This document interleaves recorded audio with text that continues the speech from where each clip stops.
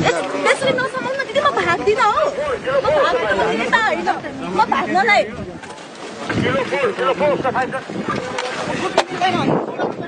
समाउनु न दिदी समाउनु तर यसो त्यसरी नसमाउनु न किनकि म हिँड्छु नि त चोरी गरेको छैन नि त हो राख्नु मलाई मैले कुनै चोरी गरेको छैन कुनै गल्ती गरेको छु त छैन नि त भन्नु त हजुर आफै हामी भनेको त एउटा सबै पुलिस जनता भनेको हामी दिदीभाइ दाजुबहिनी हो कि नै भन्नु न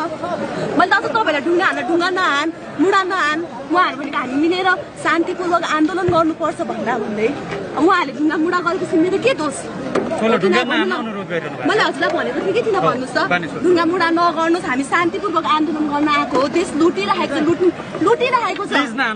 मैले भनेको छु कि छैन भन्नु त अनि मैले अझ पनि तपाईँ उहाँहरूले ढुङ्गा मुढा गरेपछि त मैले तपाईँलाई जस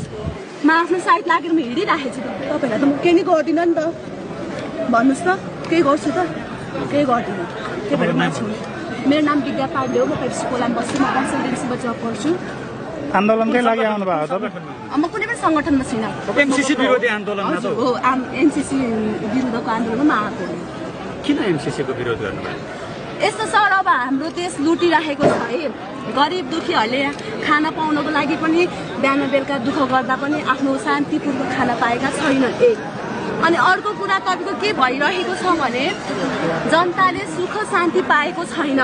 दिनरात एउटा कस्तो भन्नाले कहिले भनौँ न एनसिएलकोहरू पनि त्यतिकै ढुङ्गा प्रहारलाई चाहिँ के भन्नुहुन्छ किनकि ढुङ्गा प्रहार गर्दाखेरि यो पुलिस भनेको दाजुभाइ दिदीबहिनी हाम्रो हो किनकि उहाँहरूसँग हाम्रो दुश्मन छैन किनकि तपाईँको शेरबहादुर देउवा र केपी ओली भित्र कुर्सीमा बसेर अहिले छलफल गठन गरिरहेको छ दुःख पाएको छ कहिले जनता र पुलिस दाजुभाइ दिदीबहिनी दुःख पाएको छ ढुङ्गा हान्नु हुँदैन मैले गरेको छु तपाईँले पुरै अध्ययन गर्नुभएको गरेको छैन किन यस्तो एमसीसी भनेको किनकि हामी जनतालाई चाहिएको छैन भने नेतालाई किन चाहिएको छ एमसीसी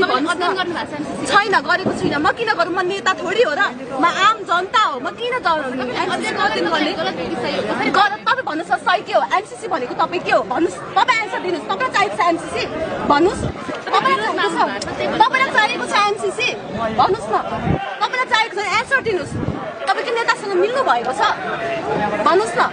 किनकि हामीलाई नै चाहिएको छैन भने हजुरहरूलाई किन यस्तो भन्नुहोस् त यो दिदीहरू दाइहरूलाई त किन दुःख दिनुभएको छ नेताहरूले किनकि उहाँहरूले नि शान्तिपूर्वक आफ्नो ड्युटी पुरा गर्नुभएको छ भने मैले त उहाँहरूलाई ढुङ्गा नहान्नुहोस् मुढा नगर्नुहोस् हामी शान्तिपूर्वक आन्दोलनमा आएका हौँ हो कि नै भन्नुहोस् न हामी आएको छौँ भने उहाँहरूलाई ढुङ्गा मुढा गर्दाखेरि पनि मैले नगर्नुहोस्